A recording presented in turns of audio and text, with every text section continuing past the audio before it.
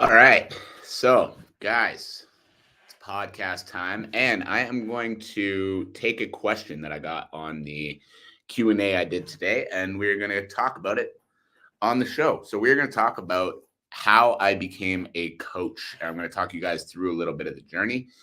But as always, my goal is to always tie it back to something that's going to benefit you as well. So, we're going to talk a little bit about how I became a coach, the journey of becoming a coach, where the coaching and everything is at now, and then what you can take away for your own athletic career from this journey that I've been through so far. So, let's get into it. We're going to go in three, two, one. Welcome, everybody, to another episode of the Elite Development Podcast, the number one show for athletes looking to gain an edge on their opponents and build their dream careers in sport. I am your host, Kenny Dussault, and today we are talking about how I became a coach. Now, we're talking about this because I got this question on my Instagram Q&A. Wow, losing my words already. We're off to a great start. Got this question on the Instagram Q&A that I posted this morning, and I thought, you know what? This is a cool story. This is, just good reflection for me. So I wanted to bring it to all of you guys as well. So basically, I started coaching when I was 15. See, right from young age, I always wanted to be a professional athlete. And then very, very quickly, I realized that I am slow and uncoordinated. And that's not a great recipe for a professional athlete. So as I was, continuing to compete in sports, just kind of had that little pipe dream sitting out in the world, I quickly shifted and I realized that I loved just being around the sports, being around other athletes. And more than anything, I loved helping other athletes. And so the natural transition was some sort of coaching. And then when I was like 13 or 14, I started lifting weights. Absolutely loved that. And then that's where I kind of made the connection of I want to train professional athletes in the gym to help them with their sport. I didn't even really know if that was a thing or how that would work or anything like that for a very, very long time. But that was kind of the first time I made that connection. So let's fast forward a couple of years. I'm 15. As a 15-year-old, I was getting into powerlifting, and I was pretty strong. The first time I ever tried doing a deadlift, I deadlifted 300 pounds at 15 years old. And so powerlifting was a natural, like this was, my way of still pursuing that athletic dream while I had started transitioning into coaching. And I was working with a couple of younger students at my high school, teaching them what I was doing essentially. And through that time, I actually brought two of them to a powerlifting national championship where one of them broke, I believe it was 3 national records. And that same athlete the next year at a provincial championship broke a world record, but because it was a provincial competition, it didn't technically count to the world record books. So as a 16-year-old, I had an athlete that broke a world record. It just didn't officially count towards the books. Now, as we continue to progress forward, I'm, helping people, I'm coaching people in powerlifting just purely out of enjoyment, still not really thinking like, hey, this is a career and this is something that I'm going to be able to do forever or anything like that, but just doing it because I loved it. Like being in the gym and having other people that were in the gym with me was just super fun. And I truly enjoyed every minute of it. Now, as I got into university, I went into university thinking, I'm going to keep this powerlifting thing going. I'm going to start a club. I'm going to, coach some people to some competitions. And then that's when I started to realize that it was actually really a career. And I started really realizing it was a career because, I was in the gym and I had like the athletes on the football team were in the gym and they were training, and the soccer team and the hockey team and the basketball team, like everybody was in the gym doing other things than just their sport. And that's when I started realizing I was like, oh, you know, this is actually a thing. Like people need this. This is a career that it could actually be possible. And so I ended up meeting up with the guy who was helping with all of the strength and conditioning work for all of these athletes and just saying, hey, can I just shadow you? Can I just be around? Like I can help out if you need it, but it's just like, this is what I want to do with the rest of my life. And you seem like you know what you're talking about. And I'd love to just be around. So literally for 3 years while I was in university, I spent every waking moment basically that I wasn't in class in the gym, working with athletes, doing what I could in any way, shape, or form to just be around the industry. Now, probably a few moments while I should have been in class, I was also in the gym, but that's a story for another day. And basically, over the next 3 years while I was at school, I coached anyone and everyone that was willing to listen. I made sure that I was around, I was answering questions, I was working them through workouts, anything and everything I could do to just be around the industry. And this is where I think the first real lesson that a lot of athletes need to learn is if you want to be highly successful at something, it needs to come from passion. Because guys, I didn't make any money doing this. Like when I was in university, I didn't get paid to, be at the team workouts or anything like that. I just loved the idea of being around it. I loved the idea of being in the gym. I loved the idea of helping athletes with workouts. Like it was just truly what I wanted to spend my time doing. And so if you want to be highly successful at something, it has to come from passion. I think it was 7 years before I actually got a paycheck in this industry. And so I'm going through university. I'm working with all these athletes, anybody and everyone that will listen to me, essentially, still running the powerlifting club. And even like within that powerlifting club, we had an athlete who I believe won the provincial championships, definitely broke a couple of provincial records, took a couple of athletes to nationals, helped some people, overcome some like pretty serious stuff just by teaching them how to lift weights and teaching them how to be around. Like it was awesome. It was just fun. It was passion. It was the thing I loved doing. And I spent as much time as I possibly could doing it. And so in 2016, so we're going to about 8 years ago now, I graduated from university with a degree in sports studies and athletic development. And that's when I realized, oh shit, I can't just do this because I enjoy it. I actually have to make money. And so I moved to Ottawa because I had a job at a gym out there. And I'd been told for a very long time, if you're going to pursue this career, you're going to be poor. Like that's, you're not going to make a lot of money. It's not a career that a lot of people are able to make it in. So, like if you want to try it. But, good luck, basically. And I had accepted that. So this job that I found in Ottawa was living proof of that statement. I had, I think, 10 hours a week total, getting paid $18 an hour. And those 10 hours were like basically like 2 hours a day. One was at 9 o'clock in the morning, 1 to 2 hours a day were like 4 or 5 p.m. And it was across the city from where I lived. So I'd have like a 30-minute drive to the gym for 1 hour and then a 30-minute drive to the gym for 2 hours, basically spending as much on gas as I was making when I was working. But I was in the industry, right? So it was like, okay, like this kind of sucks, but I'm doing the thing that I've always wanted to do. I'm doing the thing that I love. I'm doing the thing that I'm passionate about. And to me, that's what matters most. And this, I believe, was lesson 2 that a lot of athletes can take away from, my story coming into coaching, is that you've got to get away from worrying about the money. Now, don't get me wrong. I'm all in favor of athletes making their money. I'm all in favor of athletes thinking about how they can make their money. But when you get super caught up in just how do I make more money, you get away from the reason you're doing it in the first place, right? Anybody listening to this, you compete in your sport, I hope, because you love it. You compete in your sport because you love it.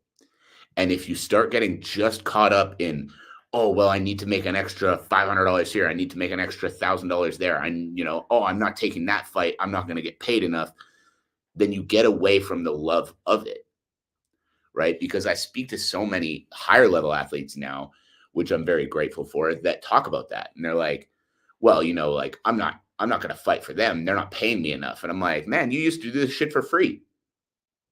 You used to do this shit for free, but now you're not going to do it because $5,000 isn't enough money. Listen, I get it. I want you to make money too. Like I'm not sitting here telling anybody that they shouldn't be trying to make money, but the passion needs to lead it. The passion needs to lead it. And the passion needs to lead it because if you get away from the passion, if you get away from the love, you start falling out of love with it. And if you don't love it anymore, I guarantee you're not going to show up the same way. You're not going to put as much into the practice. You're not going to put as much into the study. You're not going to put as much into developing as you need to be successful long-term. So as I start working at this job, it was a tough spot, but I was honestly happy because I was in the industry that I'd wanted to be in forever. And meanwhile, at this point, I'm like 24, 20, 24, maybe 25. And I've got friends that are, coming out of university, getting high salary jobs, making good money.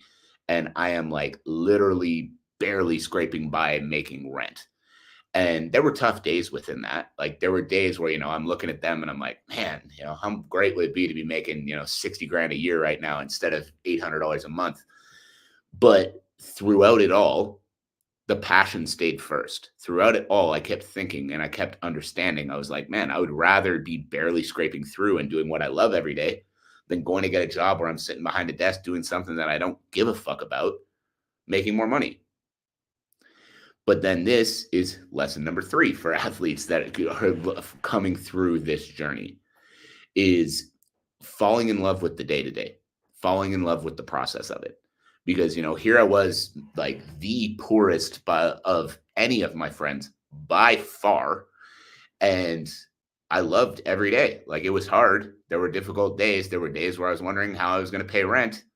But I loved every single day of it. And I loved every single day of it because, guys, I was doing what I love to do. Right. So it's easy to be sitting where you're at right now, looking at what other people have and going, man, fuck, I wish I could have that. But you've got to remember that you're not playing for today. Right. Like if 8 years ago, I had made the decision that I was like, man, I want to have a comfortable $60,000 a year salary, I wouldn't be where I'm at today. And where I'm at today, honestly, is fucking awesome. And I know that even today, it's barely starting. But the reason that I'm able to be here, the reason that I was able to achieve the things that I have so far and that I know I'm going to in the coming years is because I didn't settle for this is going to be more comfortable now. And I continued to push for it. This is what I want forever.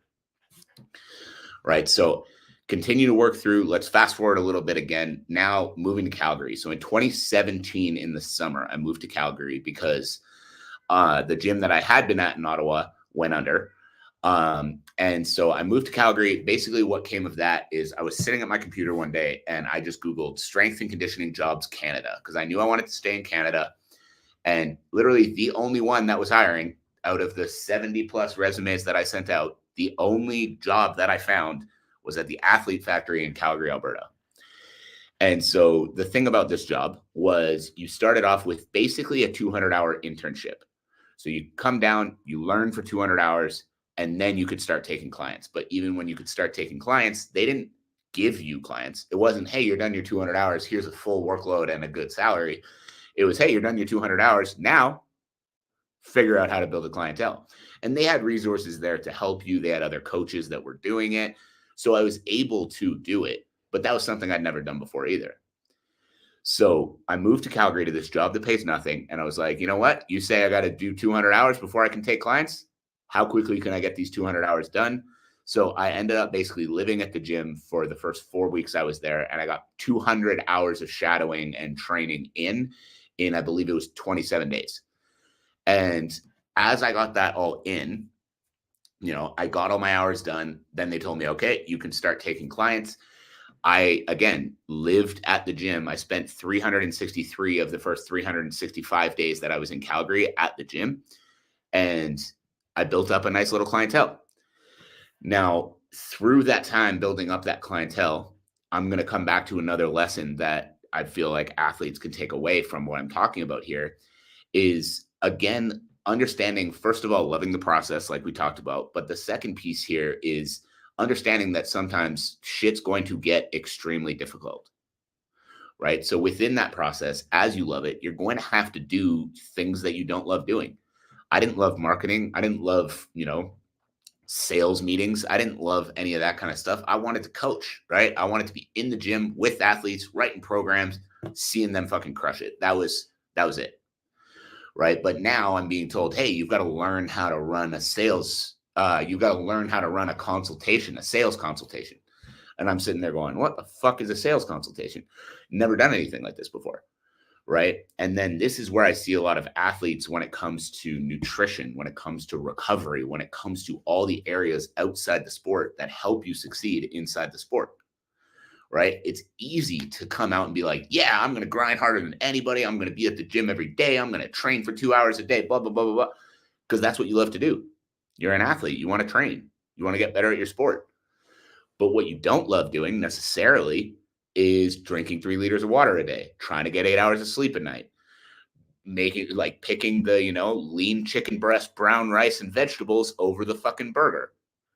But these other things are what is going to allow you to reach above the rest. Your work ethic alone, your ability to spend time in the gym training is not going to separate you. Just like my desire to be in the gym coaching was not going to build me a clientele. What was going to build me a clientele and allow me to stay in the industry that I've loved since I was 13 fucking years old was learning how to market, learning how to sell, learning how to be a coach, not just learning how to coach, right? Because I've said this to coaches that I've worked with before. You can be the greatest coach in the world, but if nobody knows how to find you, it doesn't matter, right? Because I know a lot of very good coaches that don't go on social media, don't have any kind of things like that, and they struggle. They don't struggle because they're bad at what they do. They struggle because no one knows who the fuck they are, right? And that was the biggest lesson there, was learning to embrace the side of the business that I was not fond of. And like now I'm extremely fond of it. Like I have almost 30,000 followers on Instagram, almost 47,000 followers across all platforms, which is fucking crazy to me. And I'm so fucking grateful for it. I'm so happy that I've been able to create what I've been able to create in that way. But that wasn't something I enjoyed in the beginning. I didn't like putting myself out there. I didn't like getting hate comments. Now I get them and I think they're funny, but that was something I needed to learn to embrace. So guys, as athletes, this is something that you need to learn to embrace as well. You need to find those things, whether it's taking your recovery days, whether it's taking your nutrition more seriously, whether it's actually financially investing in your career and not just trying to outwork everyone in the gym. And you need to embrace it. Because those little things you don't want to do are the difference between you being able to do what you want to do and you being one of the ones who falls off. Because absolutely no shot at anybody that I've worked with in the past, but there are a lot of them that aren't coaching anymore. And the reason that they're not coaching anymore isn't because I'm a better coach than they are. It's because I was willing to go the extra mile longer than they were. And that's no shot. Everybody's life is different. I was very fortunate in the way that, I wasn't coming out here tied down to a bunch of other commitments. It was literally just me building the thing that I'm trying to build. Now let's fast forward a little bit again. I know I've been going off on tangents here, but I hope you're following along and I hope you're getting value. But we're going to fast forward a little bit again. We're going to fast forward to me starting my own business. So I was at this gym, the Athlete Factory, like we discussed, and, we hit a point where we just had some fundamental differences. I won't go into it any deeper than that. And I decided in November 2019, I was like, it is time to go. It is time to figure this out on my own. And so November 15th, 2019 was my last day at the Athlete Factory. November 17th, 2019 was my first day running Coach Tissot Conditioning. Now, this was a whole new set of challenges, right? Because for the first time in my entire life, I didn't have a boss standing over me telling me when I had to show up to work. It was literally just up to me. Don't have a boss now. How are you going to figure it out? And this is another lesson. I don't know how many times I've come back to what people didn't take away, but this is another thing that I hope you guys can take away from. And that is the accountability needs to come from you, right? I've had athletes tell me, oh, I need a coach in person because I'm not motivated to go to the gym and work out.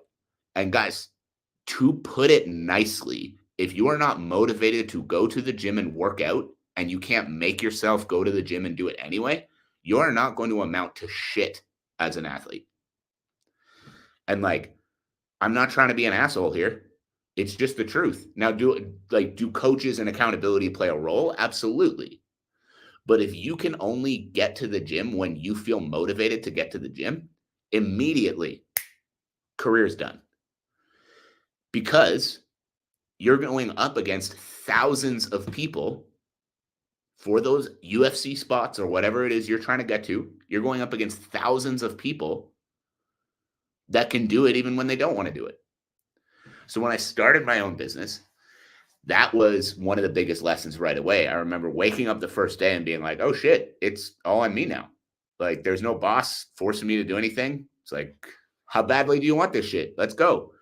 And every single day, regardless of whether I was sick, regardless of whether I really wanted to, regardless of, feeling motivation, I started studying business. I started reading books. I started watching videos from famous entrepreneurs. I started, posting every single day on social media. I started getting myself out there because I understood that if I was going to survive, be able to pay rent, be able to buy groceries, be able to fucking live, then I needed to figure this stuff out. So that next lesson is the motivation needs to come from you. But also, even more so, the discipline needs to come from you. Because, guys, motivation, honestly, is not a real thing. Like, you're going to feel it sometimes. You won't feel it other times. But like I said, if you're not willing to do it, even when you don't feel motivated, it means you don't fucking want it. You want the idea of it. You want to, someone to strap a UFC belt around your waist one day, but you don't want to become the person that actually deserves for that to happen. So you've got to figure out why you want these goals. You got to figure out why it's important to you. And then you've got to be willing to do it even on the days you don't want to. So now let's fast forward a couple months again. And 4 months into running my own business, I think we all remember a little thing called COVID-19 came knocking at the door and said, hey, now you're not allowed in the gyms. And when that came around, holy, I remember the first day basically waking up in the morning being like, this is it. It's done. I worked my whole life for this and it's gone. But over time, starting to read about how to coach online, starting to figure out, training apps that I could use, starting to figure out all these different ways that I could start to deliver programming online. And that ended up being the absolute best thing that's ever happened to me. Because now, instead of being in the gym for 12 to 15 hours a day, 6 days a week, every single week, barely kind of able to scrape by, I've created a business that makes me a very nice living where 75% of it is all done online. I work with athletes in 14 different countries around the world now. I believe it's actually up to 16. I'd have to go back and check my notes, so don't quote me on that. But I've worked with athletes literally all around the world. And that was something I never thought possible. I helped Chris Curtis with his camp for UFC 297 virtually. I wasn't there in person with him. We worked online. I've been connected to top level athletes and coaches everywhere through my podcast. I've connected with Sean O'Malley, strength and conditioning coach. I've connected with Israel Adesanya, strength and conditioning coach. I've connected with multiple UFC fighters on the podcast. Like, I've been able to create a life that honestly I couldn't have ever thought possible. And the lesson from COVID, the lesson that I was able to take away that I want to pass on to you guys as well, is sometimes you need to pivot. Sometimes you're doing all the right things and you think like, okay, I'm showing up every day. I'm doing the work. I'm doing all this extra stuff. I'm recovering well. I'm eating well, blah, blah, blah, blah, blah. And you're not getting the results. And when you're doing those things and you're not getting the results, now is when you need to pivot. You need to figure out what you can do that's going to separate you again. And guys, that might be moving cities. That might be, moving to be able to train at a different gym. That might be, even something as simple as switching gyms, going from where you've been used to training to picking somewhere new that you think is going to be a better fit for you, right? There's a lot of different adjustments that you can make. There's a lot of different things that you might need to do. But the greatest lesson from that was sometimes you need to pivot. Sometimes you feel like you're doing everything right. And even though you feel like you're doing everything right, you're not getting the result you want. You're not getting that breakthrough you want. So instead of continuing to do the same thing and expecting different results, which is the definition of insanity, by the way, you've got to figure out what you can do differently. You've got to figure out what you need that you don't currently have. And then you've got to figure out how the fuck to get it. And so that is a little bit of a background into how I became a coach, how I started coaching, and then hopefully some good lessons for you guys as well that you can take back to your own careers.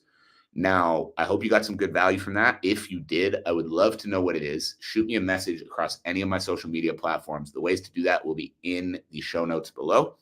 And guys, as always, I truly enjoy bringing these podcasts to you. I hope you have a fantastic rest of your day, and I will catch you on the next episode.